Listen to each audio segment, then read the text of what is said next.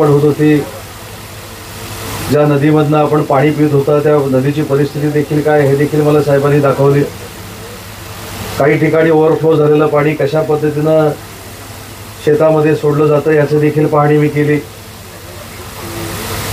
आणि राज्याचा उद्योग मंत्री म्हणून माझ्या विभागापुरते जे काही अधिकार मला आहेत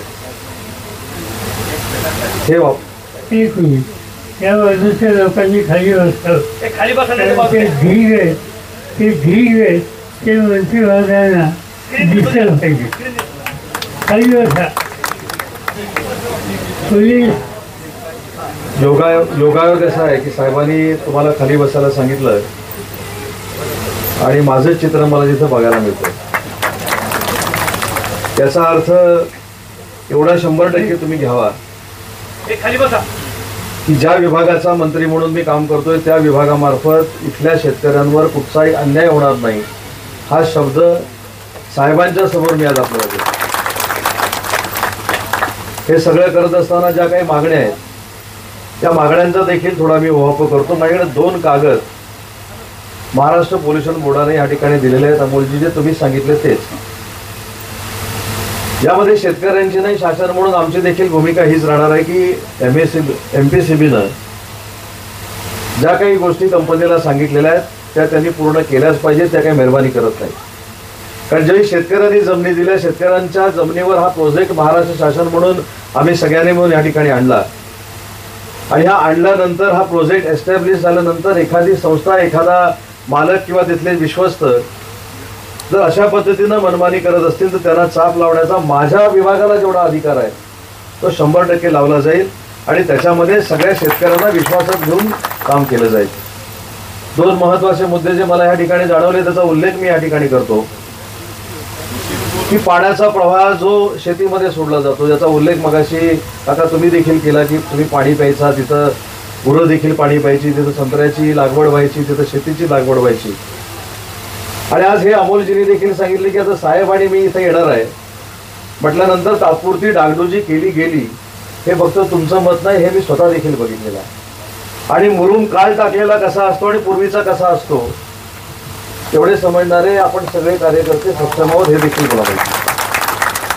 आणि म्हणून मी माझ्या अधिकाऱ्यांना देखील मगाशी सांगितलं की MIDCचा जो काही याच्यामध्ये रोल होता त्या MIDCच्या रोलमध्ये आपण पूर्ण शेतकऱ्यांबरोबर असलं पाहिजे.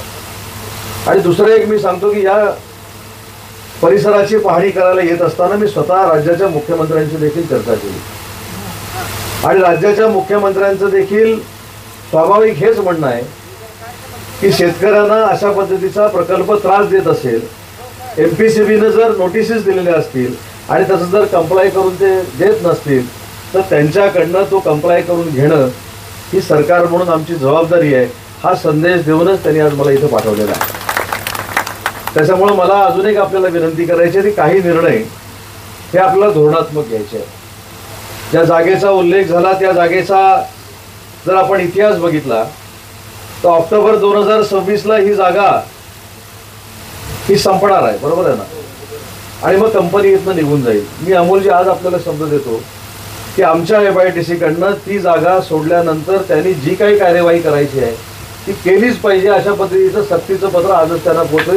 त्याच्यामध्ये देखील चिंता करण्याचं काही कारण नाही. कारण हे काय साहेबांच्या घरचं काम नाही, माझ्या घरचं काम नाही, अमोलजी तुमच्या घरचं काम नाही, शेतकऱ्यांचं काम आहे. आणि शेतकऱ्यांच्या न्याय हक्कासाठी ज्यावेळी तुम्ही सगळे एकत्र आलेला आहात त्यावेळी शासन म्हणून आमची देखील जबाबदारी आहे की त्याला आमच्या परीने न्याय दिला गेला पाहिजे. आणि दुसऱ्या जागेचा जो आपण उल्लेख या ठिकाणी केला त्याबद्दल देखील एक खुलासा होणं गरजेचं आहे की ही जागा या कंपनीनं मागण्याच्या ऐवजी ही जागा ऑक्टोबर 2026ला संपणार असल्यामुळं पर्यायी जागा द्यावी असं MPCBनं NOC देऊन आमच्याकडे मागणी केली आणि म्हणून 2022ला या संदर्भातला निर्णय आम्ही घेतला आहे.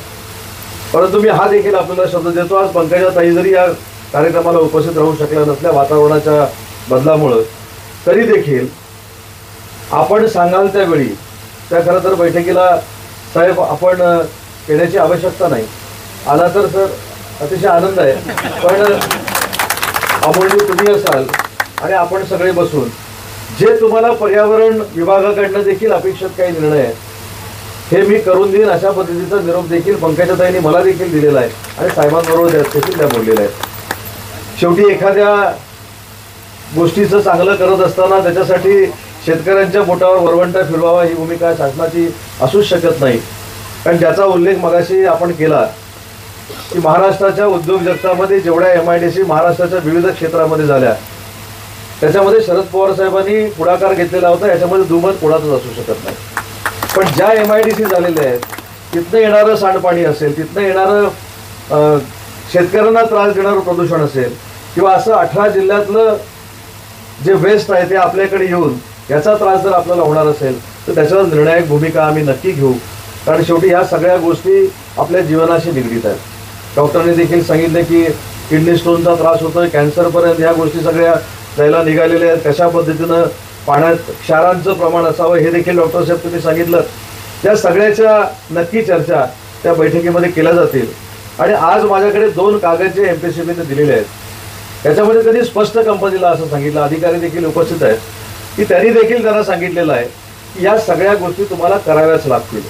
तर MPCBच्या अधिकाऱ्यांना देखील मला एक सूचनावाजा विनंती करायची आहे की या सगळ्या गोष्टी करत असताना आपण कार्यक्षमपणानं या कंपनीच्या लोकांना धारेवर धरलं पाहिजे. कारण शेवटी तुम्ही आम्ही सगळे जे समाजकारणामध्ये, तुम्ही समाजकारणामध्ये काम करत नाही तर आम्ही समाजकारणामध्ये काम करतो आणि तुम्ही प्रशासनामध्ये काम करता. आपल्या दोघांचंही कर्तव्य हेच आहे. तर एखादी गोष्ट आपल्या निदर्शनास आलेली असेल तर त्याच्यावर कुठच्याही परिस्थितीमध्ये तोडगा काढून समोरच्याला न्याय दिला पाहिजे. आणि मला हे देखील आश्चर्य आहे की लॅबमध्ये जाताना, हे लॅबमध्ये जाण्याच्या प्रवासामध्ये ते सॅम्पल बदललं जातं. म्हणजे किती कार्यक्षम लोक आहेत याचा अनुभव देखील आज इथं आल्यानंतर मला आला.